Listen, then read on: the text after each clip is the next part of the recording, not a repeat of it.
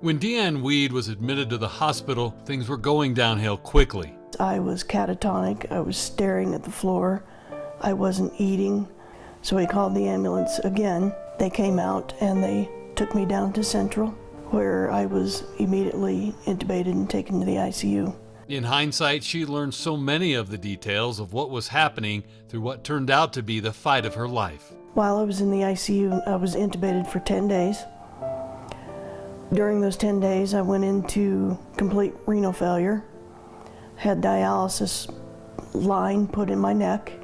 I was on dialysis for 36 hours. I couldn't talk, I couldn't move, I couldn't raise my hand, I couldn't do anything. It's a very lonely world. You're not breathing so well. You have God knows what crammed up your nose, feeding tubes, oxygen, a little bit of everything. I had like 4 IVs in my arm at one point. I was so weak that they would literally put the call bell under my thumb, but I didn't have the strength to push it. As it played out, the times she does remember, she wishes she could forget. There's times that I kind of wish I didn't know so much about medicine. I'd rather be left in the dark. Her medical knowledge didn't help with the isolation. My husband and my son were both put on quarantine. I was on isolation for 20 days. Nobody came and saw me. They couldn't. Those were lonely and desperate times. My critical care doctor told me that we didn't know what else to do for you. We tried everything, and you just barely were hanging on. They called my husband and told him that you should start making plans because I'm not going to make it through the night. But DeeAnn did make it through that night and the lonely nights of isolation that followed. The only people that I had talked to were the staff and PT. You know, when you lay there in the hospital, the false ceiling, on the average, there's 732 little dots in each square. That's how bored I was. I counted the dots many, many times. I would lay there and look at the ceiling over here, and then they would come in and roll me, and I'd look at the ceiling over here.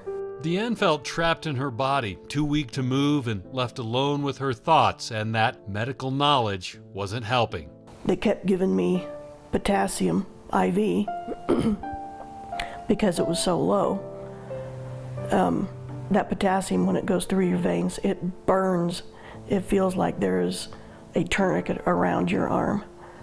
And I would sit there and just watch it slowly drip in. And it's a little tiny bag. I would watch it slowly drip in, and the machine would say that it was done and started beeping. Oh, thank God, it's over. And they would hear the machine beep, and they'd come in all happy, you know. Look, you're done. We only got 3 more bags to go. Oh my God, you've got to be kidding me. And I got 4 bags every day for probably a solid week. And it was just sheer pain for an hour, each bag. At times, it became too much to bear. At one point, I remember they sat me up a little bit, and I saw a camera up in the corner of the room. And I kept mouthing words to this camera. I know you can see me. I'm done. I wanted to give them the tap out sign, but I couldn't raise my arm. All I could do was raise my finger. I wished people would have just let me go. I don't want to live through this. Somehow, DeeAnn survived it all, including those moments where she was so close to death. When I was in the ICU, I had a dream. I don't know if it was a dream. I don't know what it was, or a hallucination. I have no idea. I just remember being in the dark, and I had a conversation with my father. He told me he was proud of me and proud of my son, and he was very proud to call him his grandson, and that he needs to keep up with his baseball, that one day it'll pay off for him. And that was it. I don't know how long it lasted, nothing. And my father died in a car accident 27 years ago. So I talked to chaplains, and they They said most of the time when somebody talks to their dead relatives, they are on the edge of death, very, very close to death.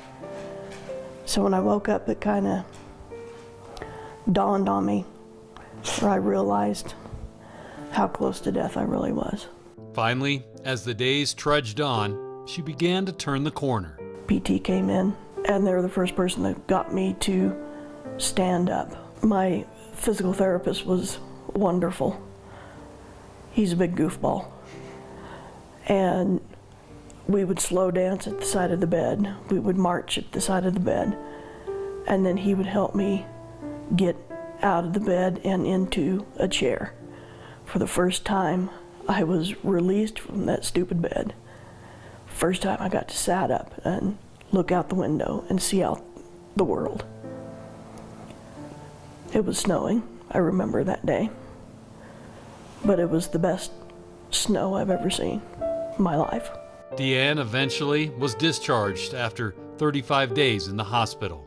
I kind of told myself I knew that I was never going to be the same person that I was.